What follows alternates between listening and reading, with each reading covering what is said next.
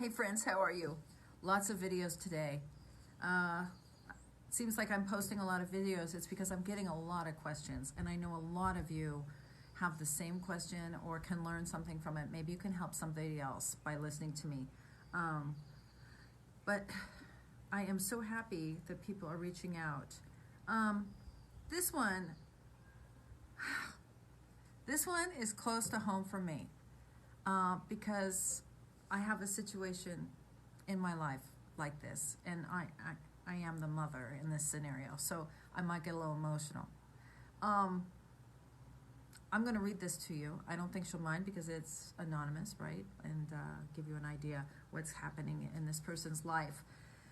Karen, I know you must get so many of these messages a day. I could really use your advice. Firstly, I want to thank you for creating this Instagram. You have no idea how warm, comforted, and hopeful it makes me feel. I am so glad you are not alone. Okay? I'm glad you have found my page. I really am. Sorry. Both of my parents are alcoholics. My dad is more functional than my mom, and perhaps because he has always been the breadwinner, because he works from home, he can drink on the job and get away with it.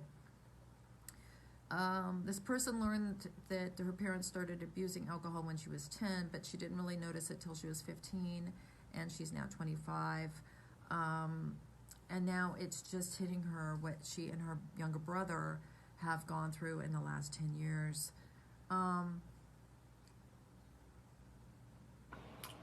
Which is mind-blowing to me because it's always felt like such a recent problem. I guess because you never fully get used to the pain and suffering alcoholism inflicts on both the addict and the dependent. Anyway, she finally got away and moved out 3 months ago, and she's starting to heal her own recovery. But her main concern is her little brother. He's 23. He lives at the parents' house still, in that alcoholic home. He doesn't know how to drive. Parents took him to get his permit, but they're always too drunk, so they've never taught him how to drive, so he can't get his license. He's lost motivation, initiative, self-confidence. He's never had a job. He has very little money. All his friends are online. He never leaves the house. When he's starving enough, he will ride his bike to the store. Because, as you know, there's no such thing as consistent meals or a stocked fridge in an alcoholic's home. Sorry.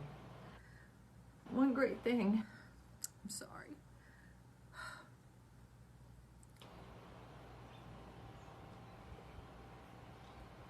Okay. One great thing is that he has going for him is he's graduating college this month, as all of his classes are done online. Oh my God, I don't know if I can do this. I'm sorry.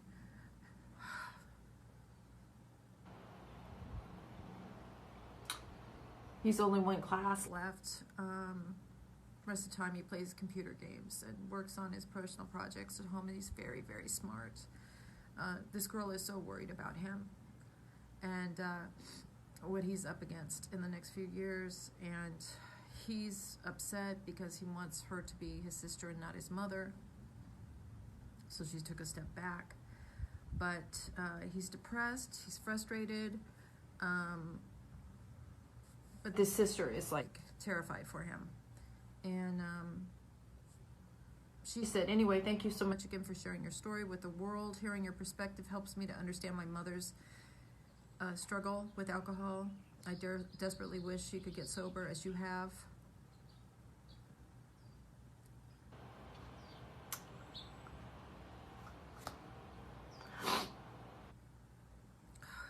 I'm sorry. So I could talk to her and have her in my life like I used to. But I know there's nothing I can do. Thank you so much, Karen. Okay, let me pull myself together. First thing.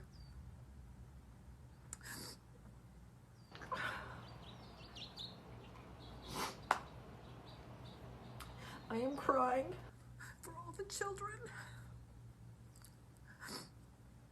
that are raising themselves, that are raising each other, that are parenting their parents. I'm sorry. I did that to my own child. I will tell you this. Alcoholism is a family disease. It affects everybody. And it makes children neurotic. It ruins lives. A while ago, somebody told me that I was being pretty crass. I did a vlog about this, that I said that the alcoholic doesn't suffer as much as the family, and they were mad at me about that. This is a good example. Those parents aren't suffering right now. They're drinking. They have their answer. Those children are suffering. I commend all of you women that I've talked to this week, a lot of you, who have had to pack up your house, pack the bags, and get the kids and get out. I commend you for that. That is why you're doing it. Because children suffer. People suffer. So to this girl, I'm going to tell you this. You need to go to CODA. Children of alcoholics. Adult children of alcoholics. Go to CODA or Al-Anon as soon as possible for yourself. Your brother's going to need you. I don't know, your parents can get sober. They might get sober, and they might get well because you and your brother get well. So you need to do this. You're the young woman that reached out to me. You've got balls of steel. You're looking for an answer. You're on Instagram. You're not looking at shit stuff and, you know, a bunch of makeup tutorials. You're actually looking about alcoholism and codependency, and I commend you for that. I believe that when you step towards recovery or help, the universe will come to meet you. Okay? So I'm going to help you. I want you to go to Al-Anon. I want you to keep in touch with me. Your brother is a special situation because I think, first thing, alcoholism probably runs in your family. It's a mental illness. Your brother might have some other mental illness that isn't showing up as alcoholism.